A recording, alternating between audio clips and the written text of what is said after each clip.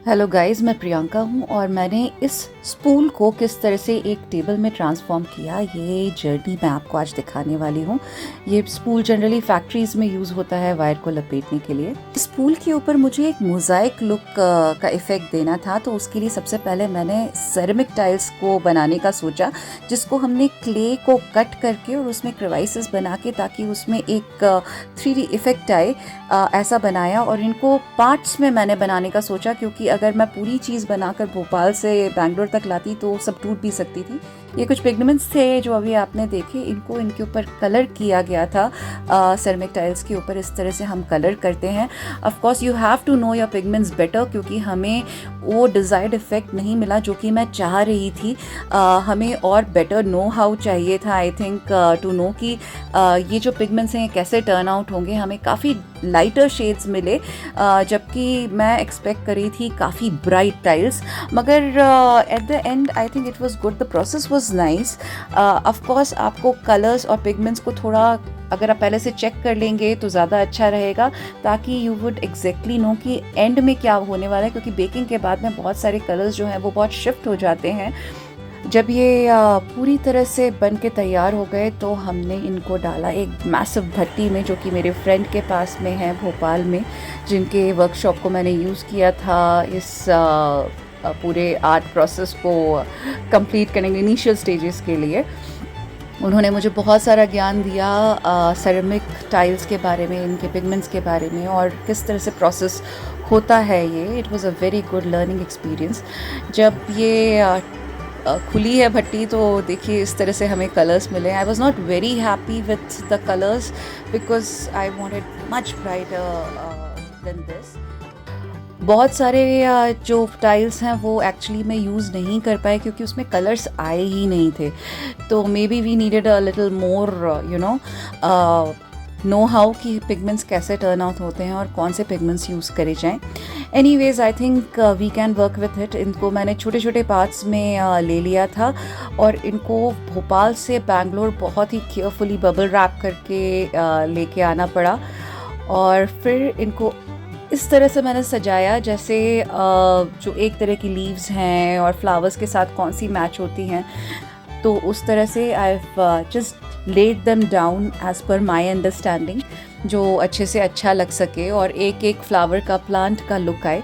उसके बाद में इनको जो स्पूल टेबल है उसको हम लोगों ने ब्लैक कलर में पेंट किया पूरा, और थोड़ी सी हाइट दे दी।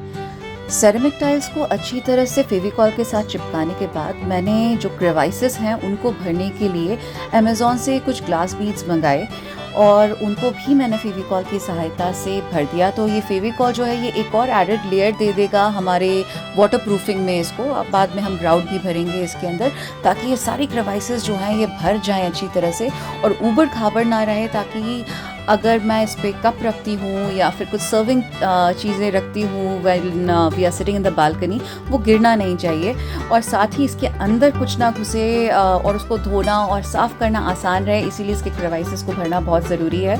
तो इनको अच्छी तरह से प्लेस करने के बाद ये देखिए ये फाइनल लुक है। I think this was self looking good. अगर हम इसके ऊपर एक कांच का टेबल बना देते, कांच रख देते तो भी काफ़ी रहता, लेकिन I think I want that authentic proper look.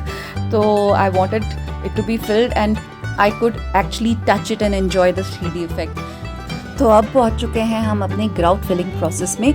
Grout use किया जाता है टाइल्स को अच्छी तरह से उसको मजबूती देने के लिए और चिपकाने के लिए, साथ ही उसके अंदर कुछ कचरा ना भरे उस चीज़ को अवॉइड करने के लिए। एक पोर्शन वाटर और 3 पोर्शन ग्राउट को मिक्स करके इसको अच्छी तरह से भरने के बाद में करीब 20 मिनट्स के बाद में इसे एक बार वेट स्पंज से वाइप किया, और उसके बाद में ऑलमोस्ट 4 आवर्स के बाद मैंने इसे अच्छी तरह से धोना चालू किया। काफ़ी बार वाइप किया है वेट स्पंज के साथ, ताकि इसका ऊपर का जो हमारी लेयर है वो 3D इफेक्ट हमको मिल जाए। It took a very long time to actually wash off all the black from the top of this table, and I think the Final look is quite mesmerizing. It's very beautiful. We can touch and feel the tiles and we can touch and feel the stones. और इसमें कुछ भी dust और dirt बैठेगी तो उसको भी आराम से अब साफ़ किया जा सकता है. I hope you like the process and do let me know if you want to make something like this and if you want any suggestions or something. और मुझे भी बताइएगा कि आपको मेरा ये process कैसा लगा. It took me almost 6 months to finish this whole thing. I hope you enjoyed this process. और आपको भी मज़ा आया इसे देखने में जितना मज़ा मुझे आया इसे बनाने में. And please do subscribe to my channel. Please do subscribe to my channel, क्योंकि बहुत सारे लोग हैं जो कि सिर्फ देख के चले जाते हैं, मगर अगर आप सब्सक्राइब करेंगे तो उससे मुझे बहुत हेल्प मिलेगी. And also keep on watching my videos. Thank you. Priyanka signing off.